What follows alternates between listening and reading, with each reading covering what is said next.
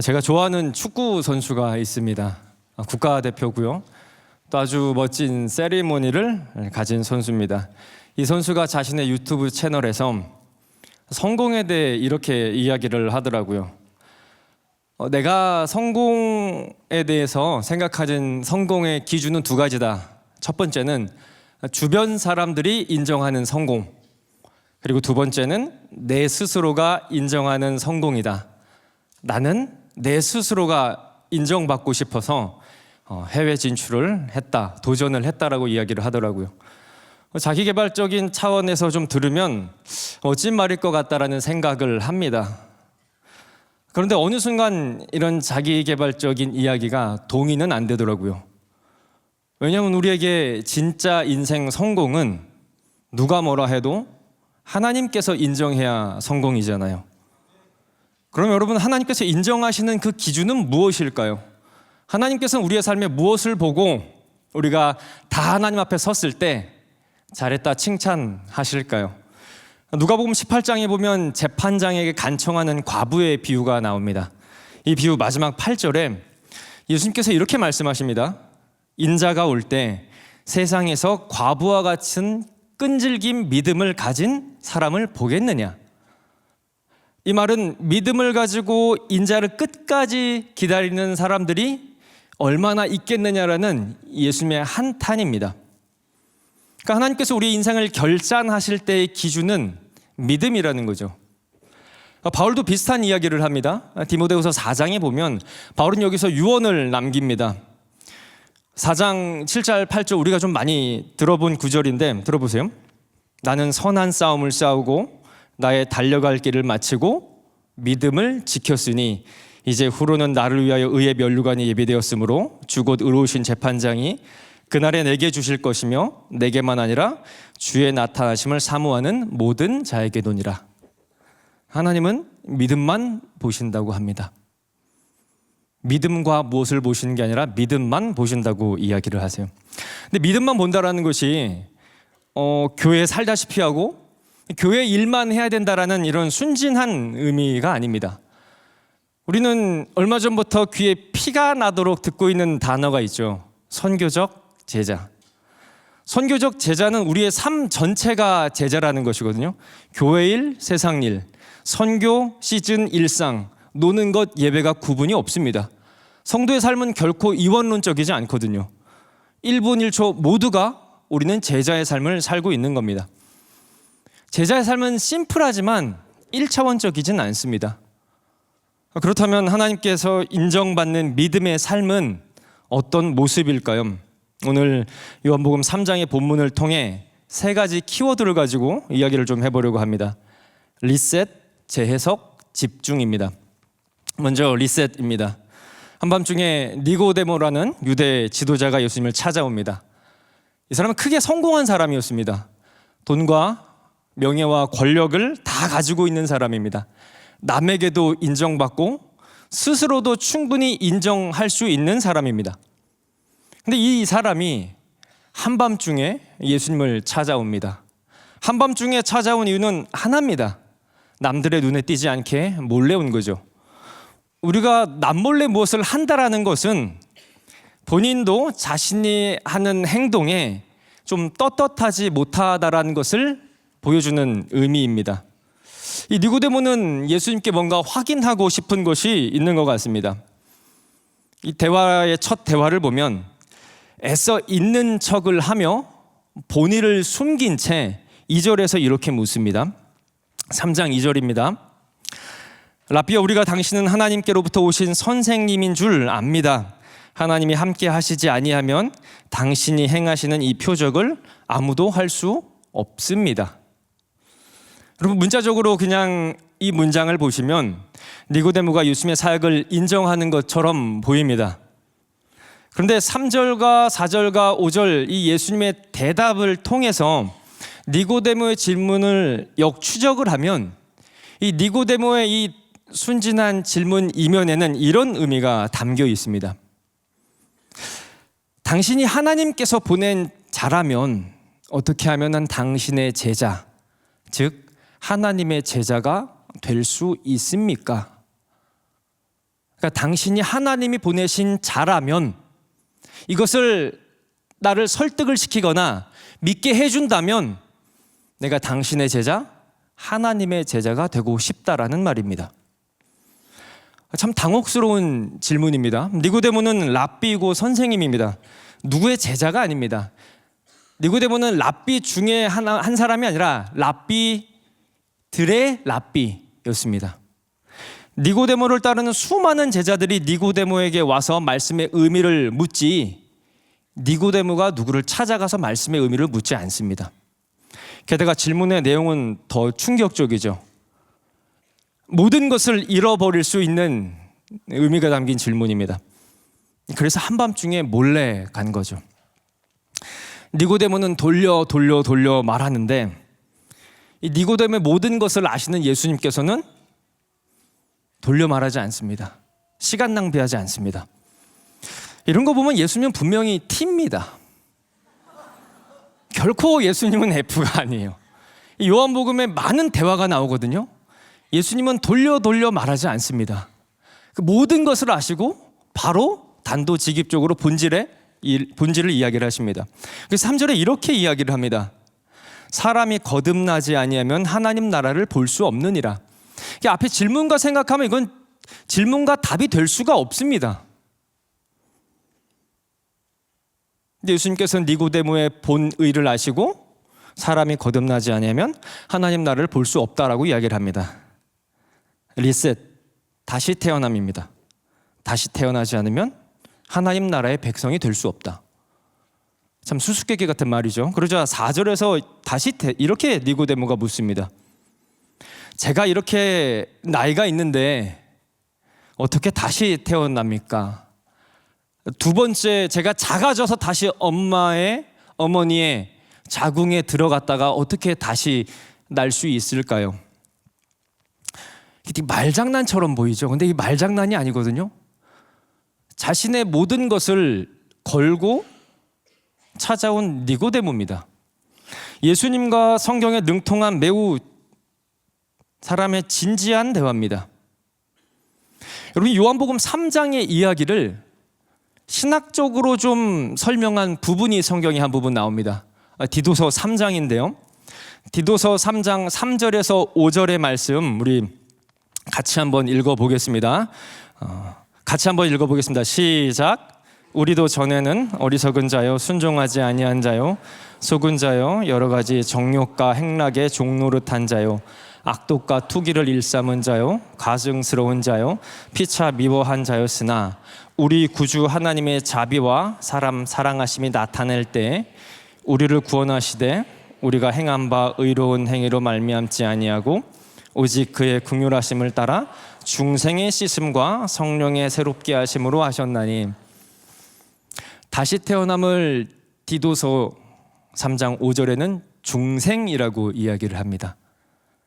헬라어로는 팔린 게네시아라고 이야기를 하거든요. 팔린이라는 의미는 again, 다시라는 뜻이고, 게네시아는 게네시스, 영어로 하면 제네시스입니다.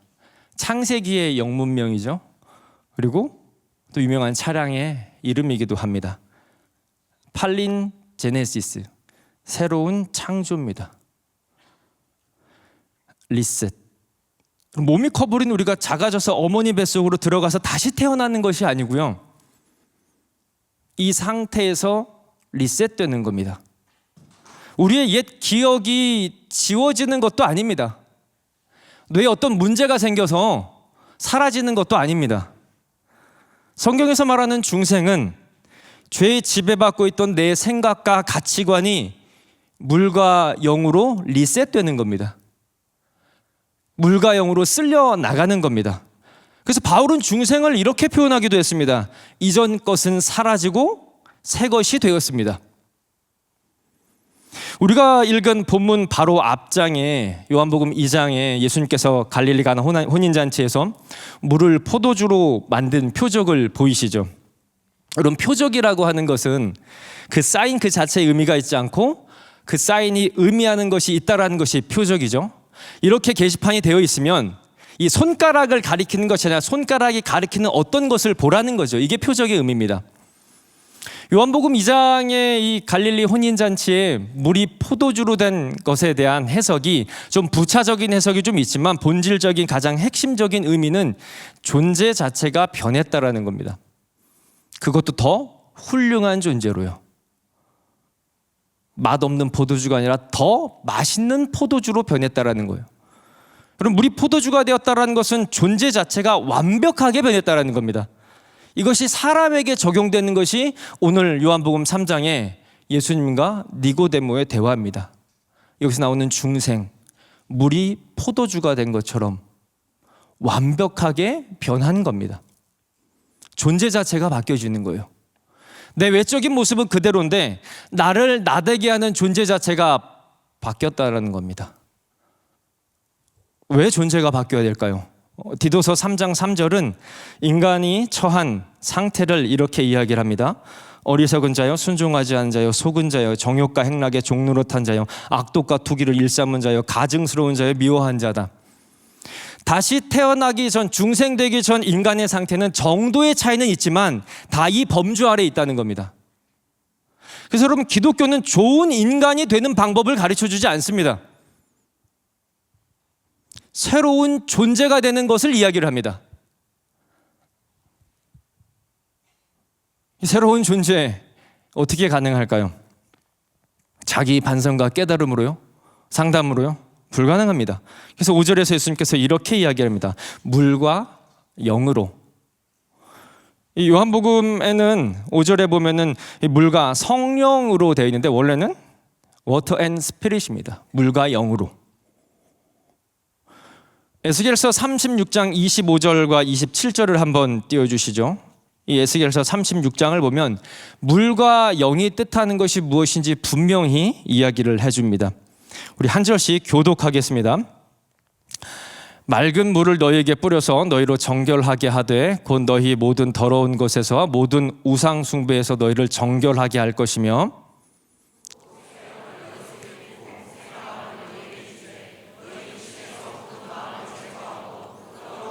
같이 읽겠습니다.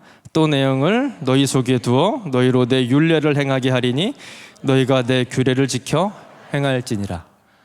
물과 영은 성령입니다. 하나님의 영에 의해 어둠의 지배를 받던 내 이전 존재는 사라지고 새로운 존재가 되었다라는 겁니다. 이게 복음입니다. 여러분, 복음은 이전에 내 생각과 가치관에 좀 예수님의 성경에 좋은 말씀을 더해서 나를 더 가치 있고 좋은 사람으로 만드는 것이 아니고 성령의 능력으로 완전히 내가 새로운 존재가 되는 겁니다. 이 지점이 종교와 기독교의 차이거든요. 종교는 인간 문제 해결을 인간에서 시작을 합니다. 우리가 어떻게 이 연약하고 넘어지기 쉬운 마음을 잡을 수 있을까? 그런데 기독교는 그 시작을 성령께, 하나님께 둡니다. 그래서 오늘 요한복음 3장에 나오는 니고데모는 종교적 인간의 전형적인 모습이죠. 어떻게 하면 내가 하나님의 자녀가 되겠습니까? 그래서 예수님은 말합니다. 내가가 아니라 성령으로 존재가 바뀌어야 하나님의 제자가, 하나님의 자녀가 된다는 것을 이야기를 하는 겁니다. 하나님께 인정받는 첫 번째, 성령으로 리셋되는 겁니다. 두 번째 키워드입니다. 재해석입니다. 재해석은 성령으로 새롭게 된 존재가 성장해 나가는 과정입니다. 성장해 나가는 과정이요. 이 재해석에 대해서 유의할 점이 있습니다. 한 두 가지 정도 유의할 점을 좀 나누고 싶습니다. 첫째는 재해석의 주체인 성령을 우리는 너무 합리적으로 대한다라는 겁니다. 조금 더 직설적으로 말하면 성령을 우리가 너무 과소평가한다라는 겁니다. 미국의 한 사회학자가 현대 사회에서 기독교가 인기가 없어진 이유를 연구를 했습니다. 그리고 한 결과를 이렇게 이야기를 합니다. 현대인들은 스트레스를 받거나 마음에 어려움이 생기거나 여러 가지 정신적인 트라우마나 질병이 생기면 이제는 교회로 가지 않고 상담사나 정신건강의사에게 갑니다. 더 이상 교회는 필요하지 않습니다. 상담사와 의사에게 가야죠. 잘 가야죠. 적극적으로 가야죠. 목적에 맞게 가야죠. 근데 여러분, 교회는 단순히 상처받은 마음을 위로하고 내 트라우마를 극복하기 위한 곳이 아닙니다. 교회는 성령으로 말미암아 완벽히 새로운 존재가 탄생되는 곳입니다. 교회는 상한 감정만 치유되는 곳이 아니고 그것을 넘어서 하나님의 자녀로 새롭게 태어나는 겁니다. 그것을 공적으로 공표하는 의식을 우리는 세례라고 하죠.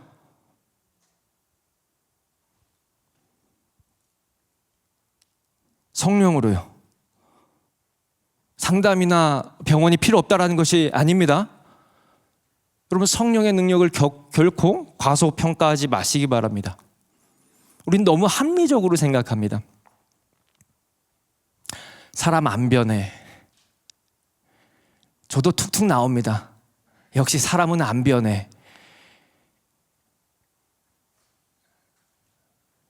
그런데 여러분, 바위에 물이 떨어지면 수십 년, 수백 년, 수천 년이 지나면 구멍이 생기는 것처럼 성령의 능력은 사람을 변하게 합니다.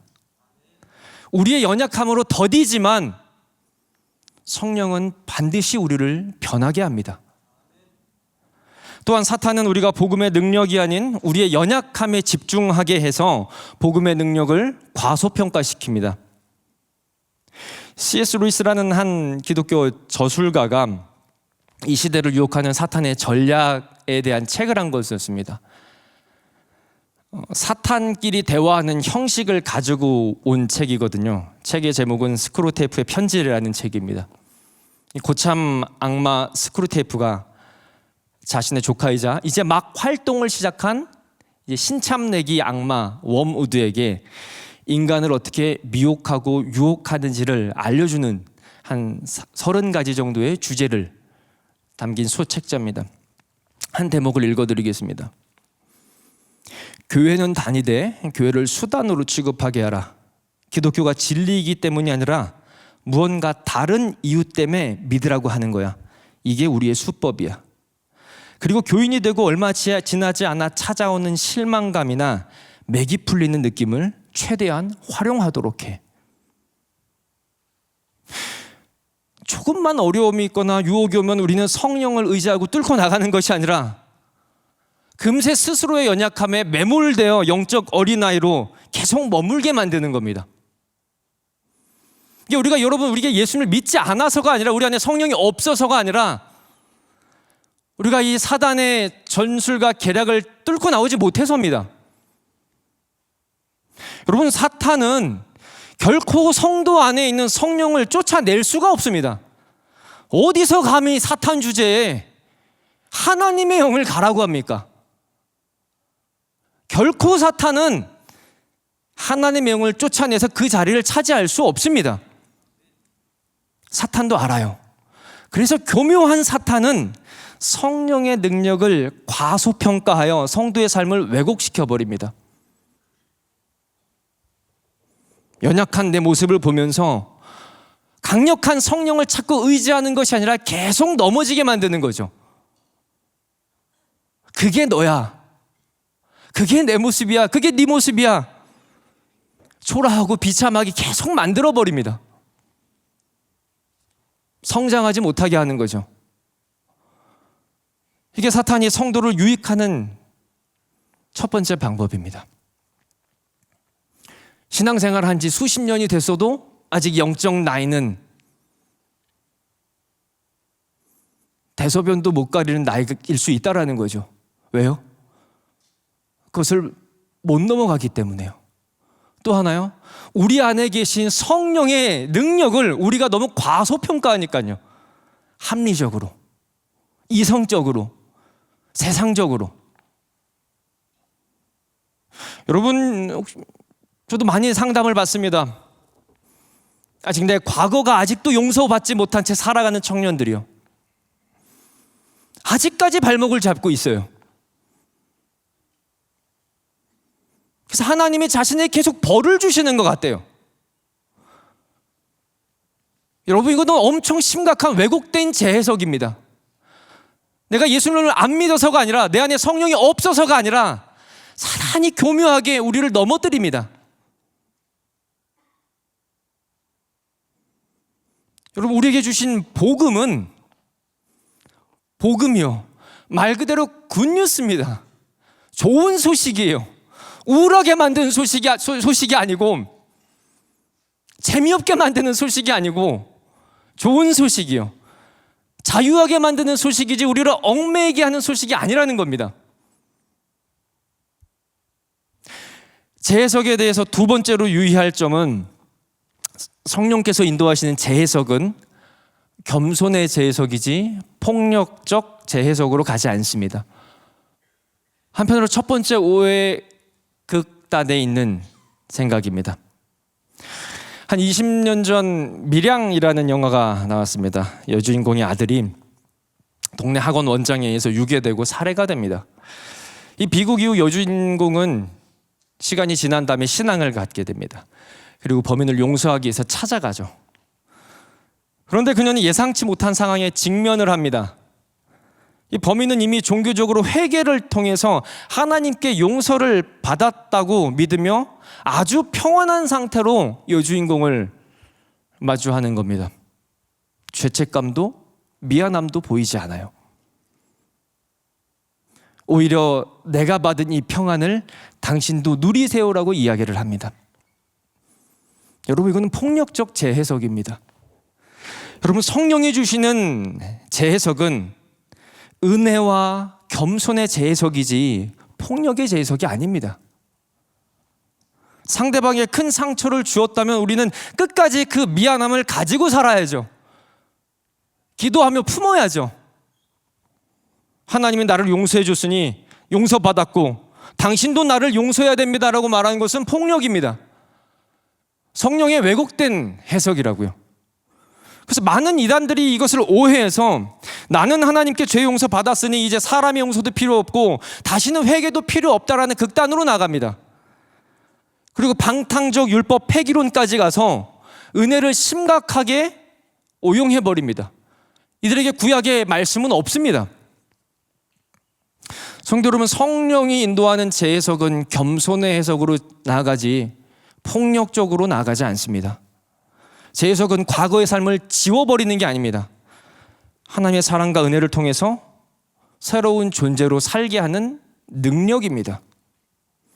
내가 연약하고 부족한 건 맞습니다.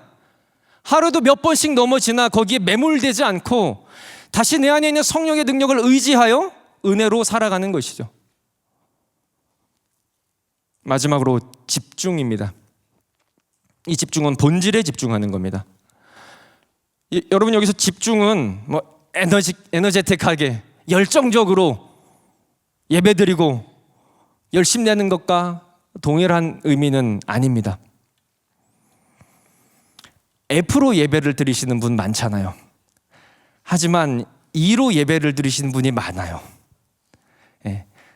누가 이렇게 이야기하더라고요. 제발 손 들지 말라고, 일어나게 시키지 않았으면 좋겠다. 나 충분히 은혜 받고 있는데. 여러분, 복음에 집중함은 성령이 재해석시키는 삶을 끝까지 밀고 가는 용기와 인내입니다. 이게 집중입니다. 그리고 여기서 가장 중요한 것은 집중의 방향입니다. 나로부터 출발이 아니라 우리가 곧 서게 될 하나님 앞에서의 그 자리가 나를 끌고 가는 겁니다. 바울사도는 이 표현을 이렇게 이야기를 합니다. 우리는 표대를 향해서 달려갑니다. 표대가 끌고 가는 겁니다. 분명한 방향과 목적이 있는 거죠. 중요한 거는 시속 몇으로 가, 스피드가 아니에요. 방향입니다. 걷다가 뛰다가 터덜터덜 걸어도 계속 가는 겁니다. 이게 집중입니다. 사탄은 끊임없이 우리의 집중력을 흐트러뜨리려고 무지하게 애를 씁니다. 하나님 앞에서 현재의 내 삶을 보고 하나님 앞에서의 삶이 지금의 현재 삶을 끌고 가는 것이 아니라 내 현재의 삶을, 지금 주변을 바라보게 합니다. 뭐도 없고 이것도 없고 저것도 없고 현타가 온다고 하죠. 여러분, 영적인 성장은 아까 말한 것처럼 마치 바위에 물 떨어지듯 정말 느린데, 영적인 추락은 그냥 한순간에 그냥 10층에서 1층으로 떨어져 버립니다. 요즘에는 쉽게 남들과 비교까지 돼서 현타에 비교까지 된 거에 한 대 맞으면 정말 그냥 너덜너덜해집니다. 얼마 전까지만 해도 선교 현장에서 하나님을 외치는데 이런 영적인 현타와 비교의식까지 갖게 되면 그냥 팀방에서 사라집니다. 너무 재미가 없어져요. 하나님이 미워지고 내 삶은 왜 이런가? 여러분, 이런 모습이 다시 한번 이야기하지만 내 안에 성령이 안 계셔서가 아니고 사탄이 우리의 집중력을 흐트러뜨리는 겁니다. 여러분, 사탄은 우은사자와 같이 틈만 보이면 현재에 집중하게 만듭니다. 현재예요. 너 지금 뭐 하고 있어? 너가 가진 스펙은 뭐? 너 지금 얼마 모았어? 너가 가진 자산은 얼마입니까? 노후는 준비됐습니까? 현재가 중요하지 않다는 말이 아닙니다. 노후를 준비하지 마십시오, 이 말도 결코 아닙니다. 막 살아도 된다는 말도 아닙니다. 우리의 현재가 하나님 보실 때 인정되는 삶이어야 된다는 겁니다. 왜요? 하나님은 그것만 보시니까요. 매우 또렷합니다. 우리가 반드시 서게 될, 누구나 서게 될, 얼마 안 있어 서게 될 그 자리에서 하나님은 믿음만 보시니까요. 여러분, 사탄은 좀 휴가 좀 갔으면 좋겠는데 얘는 휴가도 안 가요. 놀지도 안 가요. 여기에만 올인합니다. 여기에만 올인해요. 너 뭐 있어? 준비돼 있어? 청년들과 상담을 하면, 제가 이 청년부를 맡고 있는데 결혼에 있어서 연애를 하지만 가장 큰 걸림돌은 믿음도 신앙도 아니고 돈입니다. 이게 얼마 전에 어떤 사회적 지표에서도 나왔더라고요. 결혼을 하지 못하는, 쉽게 하지 못하는 이유, 경제적인 이유.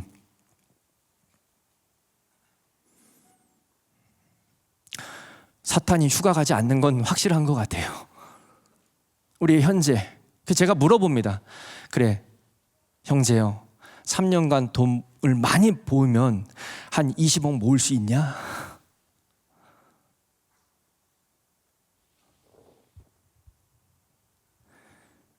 사탄은 이 시대의 인간들이, 이 시대의 성도들이 우리가 뭐에 약한지 너무나 잘 알아요. 40, 50대가 뭐에 약한지 너무나 잘 알고요. 20, 30대가 뭐에 약한지 너무나 잘 알고요. 10대 후반 아이들이 뭐에 약한지 너무나 잘 알아요. 거기에만 올인합니다. 근데 여러분, 겁내지 마세요. 또 막 집중한답시고 힘을 잔뜩 주지도 마세요. 왜냐하면 여러분, 사탄보다 더 집중하여 우리한테 눈 한 번 깜빡하지도 않게 지켜보는 하나님의 능력이 우리 안에 있잖아요. 사탄보다 더 초집중하여 우리를 붙드신 성령이 우리 안에 계시는데 우린 잘 성령을 계속 재워요. 네. 뭔가 어떤 능력적인 것만 할 때 막 성령이요 성령이요 하는데 일상에서 성령을 계속 재워요. 성령을 의지하며 복음에 집중하는 겁니다. 담임 목사님 말씀 많이 하시죠. 올인하라. 한국 전쟁이 끝난 한 2, 3년 뒤에 국어학자 이희승 씨가 수필을 하나 썼습니다. 제목은 딸깍발입니다. 중학교인가 고등학교 문학책에 있습니다. 이 수필은 이렇게 시작을 합니다. 딸깍발이란 것은 남산골 새님의 별명이다. 왜 그런 벼로가 생겼느냐 하면 남산골 새님은 지나 마르나 남학신을 다녔으며 마른 날은 남학신 굽이 굳은 땅에 부딪혀 딸깍딸깍 소리가 유난하였기 때문이다. 이 수필에서 남산골 새님은 이 시대 흐름에 맞지 않은 꼬장꼬장한 고지식한 모습에 그지없습니다. 그래서 수필이 길지 않거든요. 읽어보면은 저자가 이 꼬장꼬장한 사람을, 남산골 새님을 비판하는 것 같아요. 그런데 마지막에 그 내면에 담긴 용기와 진실을 지켜 세우며 이렇게 마무리를 합니다. 현대에는 너무 얕다. 전체를 위하여 약은 것이 아니라 자기 중심, 자기 본의로만 얕다. 백년대계를 위하여 영리한 것이 아니라 당장 눈앞의 일, 코앞의 일에만 아름아름하는 고식지게 현명하다. 염결에 밝은 것이 아니라 청렴하고 결백함에 밝은 것이 아니라 극단의 이기주의에 밝다. 이것은 실상은 현명한 것이 아니오 우매하기 짝이 없는 일이다. 제꾀에 제가 빠져서 속아 넘어갈 현명이라고나 할까? 우리 현대인도 딸깍바리의 정신을 좀 배우자. 첫째, 그 의기를 배울 것이요. 둘째, 그 강직을 배우자. 그 지나치게 청렴한 미덕은 오히려 분간하여 배워야 할 것이다. 여러분, 우리가 가진 복음의 진리가 이 딸깍바리 새님이 지키는 가치와 이념보다 훨씬 귀하지 않습니까? 우리가 가진 진리는 영원하잖아요. 이 인간적인 가치를 위해서도 이렇게 집중하며 사는데 영원한 진리와 영원한 가치를 위해 우리는 과연 어떤 자세로 살고 있고 여러분은 어떤 태도로 살아가고 계십니까? 사랑하는 성도 여러분, 지난주에 담임 목사님 설교 말씀 제목이 기억이 안 나시죠? 제가 알려드릴게요. 세상을 새롭게 상상하라. 세상을 새롭게 상상하라. 여러분, 망상이 아니라 상상입니다. 우리가 서게 될 그 하나님 앞을요, 우리가 서서 찬양하게 될 요한계시록 4장 5장에 나오는 천상 예배에 참여할 그 나의 모습을 상상하라는 겁니다. 그 상상이 지금을 끌고 가라는 거예요. 이 상상을 베드로 사도는 베드로전서 1장 3절에 이렇게 하게 이것이 우리의 살아있는 소망입니다. 이 상상하며 사는 거예요. 여러분, 이것을 상상하면 이상해 보여요. 너 왜 이렇게 기분이 좋아? 나 죽으면 하나님 앞에 갈 텐데 그 하나님 나라에서 예배하고 있어. 이상해 보여요. 근데 여러분, 이게 이상한 겁니까? 우리에게 주어질 현실입니까? 그래서 여러분, 히브리서 저자는 이런 모습을 보고 세상이 감당하지 못한다는 이야기를 합니다. 이게 좋은 말이 아니거든요. 세상 사람들이 볼 때 말 안 통하고 재미없고 이상하다라는 뉘앙스입니다.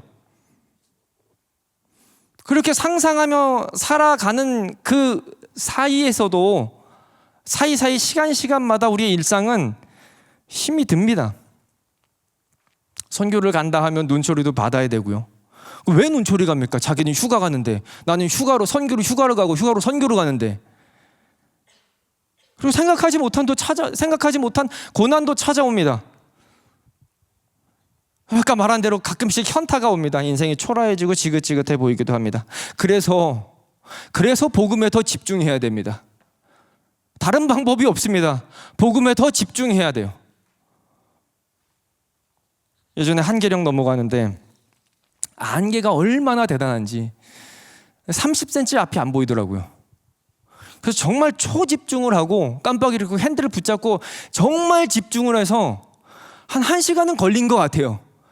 거북이처럼 기어서 넘어갔습니다. 그런데 신기한 게 영을 넘어가자마자 마치 꿈꾼 것처럼 안개가 걷히더라고요. 안개가 없더라고요. 이렇게 성도는 저는 그냥 계속 걸어가는 겁니다. 집중하면서요. 뭐예요? 하나님 나라. 그 하나님 앞에 서게 될 그 상상이 우리를 끌고 가야 되는 겁니다. 여기에 우리는 홀려야 됩니다. 가면서 제가 운전을 하면서 소리를 계속 질렀어요. 집중해야 되니까. 네. 집중을 너무 하니까 피곤하더라고요. 계속 소리를 지르고 노래하고 외치면서 갔습니다. 투정과 불평을 하면서도 걸어가고요. 소리 지르고 싶으면 지르면서도 걸어가고요. 한탄하고 싶으면 한탄하면서도 그냥 걸어가는 겁니다. 그리고 그 길 끝에 우리가 상상하는 그 상상이 망상이 아니라 완벽한 현실이 되는 거죠. 이 자리에 있는 여러분의 상황이 어떤지는 저는 잘 모릅니다. 아마 5만 가지 상황이 있을 거예요. 그래도 저는 이렇게 말하고 싶습니다. 여러분, 복음에 더 집중하시기 바랍니다. 여기 수험생이 계십니까? 복음에 더 집중하세요. 취준생이 계십니까? 복음에 더 집중하세요. 혹시 너무 바빠가지고 겨우겨우 예배 오신 분 계십니까? 복음에 더 집중하시기 바랍니다. 몸이 좀 아픈 분이 계세요? 복음에 더 집중하세요. 이런저런 나이가 좀 들어서 삶에 이곳저곳에서 은퇴하신 분 계십니까? 복음에 더 집중하세요.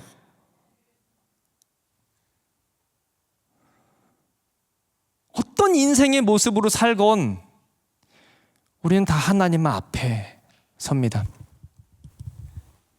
그렇다면 하나님 부르실 그때까지 복음에 집중하여 믿음으로 사는 삶이 가장 현명하고 지혜로운 삶이고, 여러분이 이 순간에 투자할 수 있는 가장 현명한 투자가 아니겠습니까? 왜요? 하나님은 믿음만 보신다고 했으니까. 사랑하는 성도 여러분, 이 땅에 모든 것은 사라지나 하나님 나라는 영원합니다. 그 하나님 나라에서 하나님을 예배하며 찬양하며 잘했다 칭찬받는 그 상상을 그리며 복음에 집중하시기 바랍니다. 그리고 그 앞에 서는 그 상상이 오늘 이 밤에 우리를 지배하는 여러분이 되기를 소망합니다. 우리 찬양하고 같이 기도하겠습니다.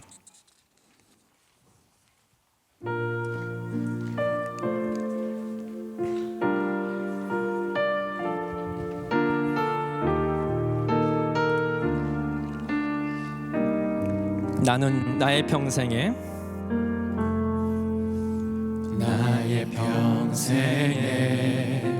가장 복된 일을 내가 예수님을 만난 것이라. 나의 평생에 가장 잘한 일을 내가 예수님을 주로 섬기는 것이. 세상 살 동안에 이 세상 살 동안 내가 걷는 길이 때론 험하여서 넘어질 때도 주의 강한 손이 나를 붙드시니 나는 예수님만 주로 섬기며 살리. 나는 주를 섬기는 것에 후회가 없습니다. 내가 걸어온 모든 시간 다 주의 은혜니 내가 걸어간 모든 날도 주만 섬기며 살리. 오직 예수 이름 부르며 살아가리라. 주를 섬기는 것에 나는 주를 섬기는 것에 후회가 없습니다.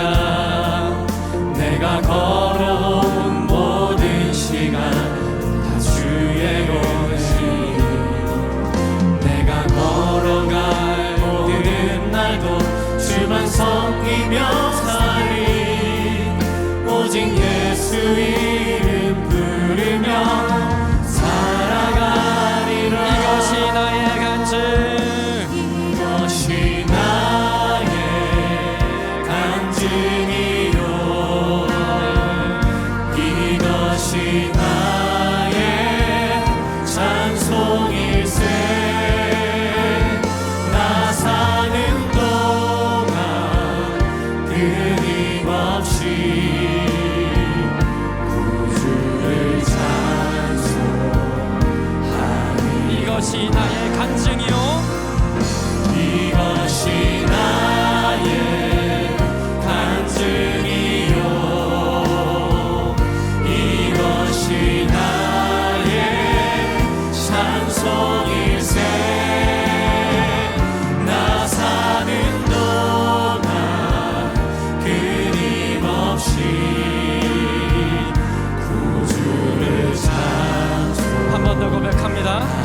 이것이 나의 간증이요 이것이 나의 간증이요